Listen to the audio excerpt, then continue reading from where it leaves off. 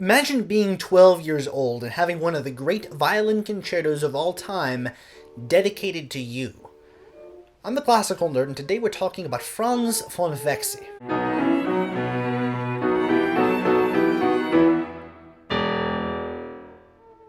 Franz von Vecsey was born in the Hungarian capital city of Budapest in March 1893, and from a young age learned the violin from his father, before eventually moving on to study with another great Hungarian violinist, whose name I don't want to attempt to pronounce. I'm sorry, Hungarian-speaking friends, but I don't know what this diacritical mark is, and honestly, it kind of scares me. Von Vecsey was his favorite pupil, but was by no means the only big-name violinist to study with him. At the age of 10, von Vecsey had the opportunity to perform for the violinist Joseph Joachim, the great friend and champion of Johannes Brahms.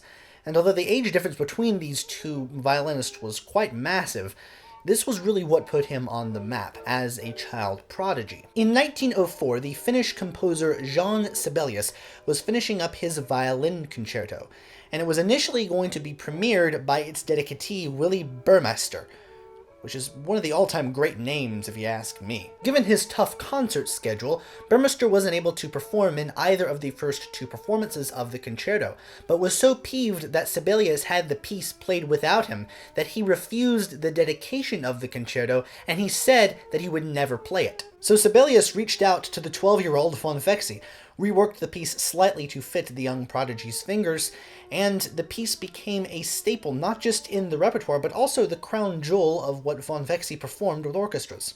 Von Vecsey's longtime teacher also dedicated the third and arguably best of his 4 violin concerti to his favorite pupil. As indicated by the von in his name, his family had money. For his 16th birthday, his father, a baron, purchased him a 1716 Stradivarius, which he performed on for the rest of his life. A fellow Hungarian by the name of Béla Bartók even took to accompanying him on the piano for a while, as Bartók was always a good pianist, in addition to being one of the biggest names in Hungarian composition. It's important to note that von Vecsey also married into money, and so he had a lot of cash to work with, which explains why he was able to live most of his life in Venice. Not only was this in Venice, it was like the lap of luxury. He lived in like a palace. Like Niccolò Paganini, von Vecsey was primarily a performer, but he also dabbled in composition, writing pieces that showed off his technical skill and pretty much for him to perform. Life as a touring concert violinist was not the easiest career, and as evidenced by his interest in composition, was not always the most fruitful thing for him musically. It is also unknown the extent to which his service in World War I weighed down on him,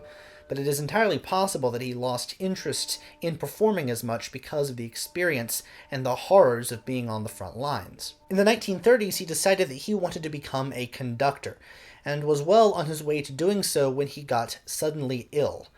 It was a pulmonary embolism, aka a blood clot in the lungs, the same thing that likely killed Antonin Dvorak.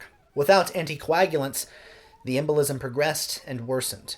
An experimental surgical treatment failed, and he died in 1935 at the age of 42. His Stradivarius was to be locked up in the Bank of Rome for over 2 decades before it was finally rediscovered by his sister while she was fleeing the Hungarian Revolution in 1956. Von Vecsey was considered one of the preeminent violinists of his era, and the few surviving recordings we have attest to his complete mastery of the instrument. Joachim called him a wonderfully gifted child, and the Belgian violinist Eugène Ysaÿe said that he was a complete artist even from an early age, indicating that he had a mastery of interpretation to match his technical skill, something that you don't always see in child prodigies. While his career was no less stellar, and his playing no less profound as he matured, because he was so good so early, it was hard for him to break the perception of being someone whose career went downhill. If his career went downhill at all, it was because of his participation in World War I, not because of some kind of child star syndrome. We don't hear much about him today, not just because of his early death